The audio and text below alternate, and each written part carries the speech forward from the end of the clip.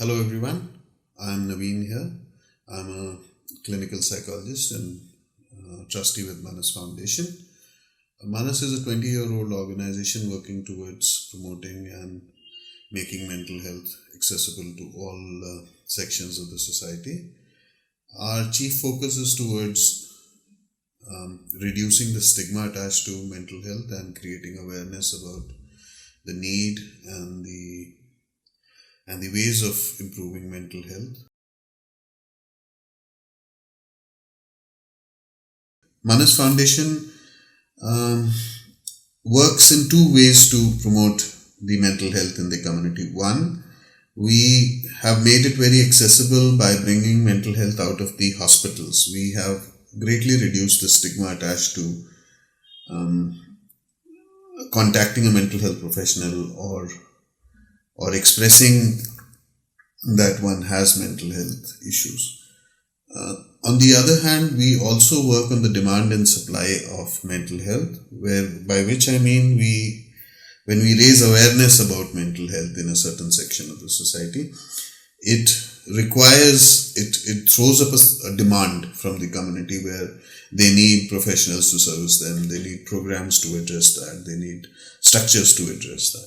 So we work on that demand side by raising awareness.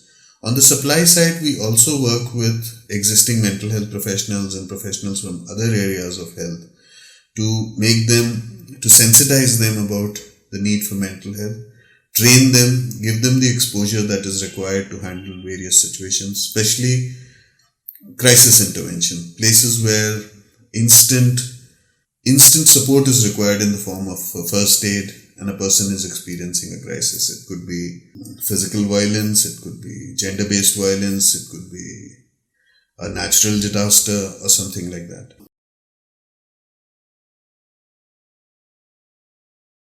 One issue with mental health is that unlike the modernized Western societies, we still don't have a language to express mental health concerns. We don't know how to say. When you go to a physical doctor, you can say, I have stomachache, I have, my leg is hurting or my tooth is hurting. That's the language you're expressing. Unfortunately, if you are experiencing a mental health issue and are unable to decide, you don't know how to go and tell him, see, I can't decide for myself. Sounds very funny. Or you can't say that, okay, I don't feel like getting out of bed. Or I don't want to meet my friend, or I find it difficult to meet people I knew. I'm not enjoying things that I was doing earlier. So we have to, this is a natural process. As we become aware, we develop a language to express that. See, you cannot prevent suicidal thoughts. That's the outcome. What you have to prevent is that they shouldn't start. So where we work is at ensuring that you do not go into the stage where you start getting these suicidal thoughts. You'll be surprised to know that most of the thoughts that we have are in the category of autonomous thoughts. We don't work on creating thoughts. It is our environment which results in what thoughts you get. So when we say preventing suicide or understanding why suicide, we have to look very deeply into what happens when a person reaches this stage where he either has suicidal thoughts or actually does something. Why does one reach a stage where he is getting suicidal thoughts or he does take a behavior which is of self-harm nature? So one, I would say, is the loneliness which has crept into our society because of multiple reasons. There is no one reason, but there are multiple reasons which are causing loneliness in an individual. Despite all the social media we have, everything we have, we've suddenly snapped our old support systems and we are finding ourselves in lonely spaces. By lonely space, I would say an individual sitting in a cockpit of an aircraft without any instrumentation. So he does not know whether he's going up, he's going down, he's going left, he's going right. All he has is kinesthetic senses to advise him, which are very likely to go wrong. One is this loneliness, and this loneliness which promotes doubt, which promotes confusion which promotes, which does not give me feedback of any sort. And that's where a person starts drifting. He does not know what to do, what is right, what is wrong. And then he can get on to any side of the situation. Secondly, you will also note that in the last 30-40 years, we have been exposed to new stressors which were not there for humans earlier. We had literally become very organized in living a life. There was a standard protocols that were followed from one. Very few people in the society took those extreme and divergent lifestyles that were there. Today, almost everybody is in that state. So there are new stressors which have come, which we are not equipped to deal with. When does one break down? When your ability to cope is less than the pressure which is put on you. See, this table will break when I will put more force on it than it can bear. Similarly with human beings. So when the stressor becomes more than what I can deal with, one tends to break down. And that is when the suicidal thoughts come into the picture. I find myself helpless. I don't know what is happening. I don't know how to deal with it. I have no support system to give me guidance, and I get into this mode of getting suicidal. If you look at it very briefly, suicide is not an instinctual behavior. That's the first thing to remember. Nobody commits suicide just on the fly. There are not days but weeks and months and years of planning that goes into before a person takes that extreme step for power. This is the period where he clearly is asking for help from everybody around him. Maybe it is not visible to them, but he is making every possible effort, every possible way to ask for help. He's crying for help. That's what he's doing. We don't see it. That's the problem with the people around him, but he is asking. So if you look at the symptoms, there could be symptoms could be very simple, like sudden change in one's lifestyle.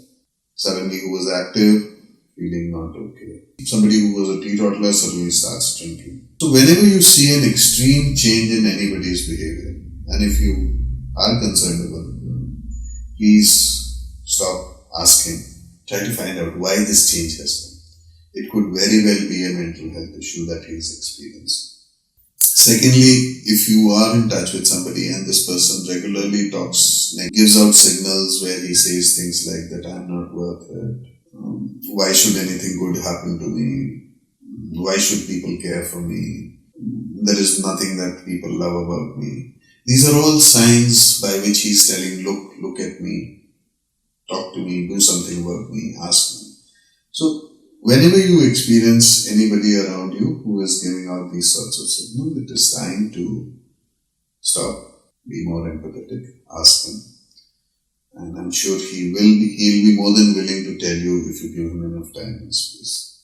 Lastly, if you are completely unknown to the person and just meet him, then the telltale signs of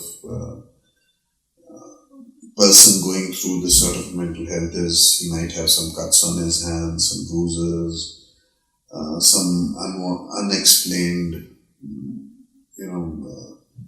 banging of the head or something or that. And a perceptible low mood is generally found in situations where a person is about to take this sort of thing.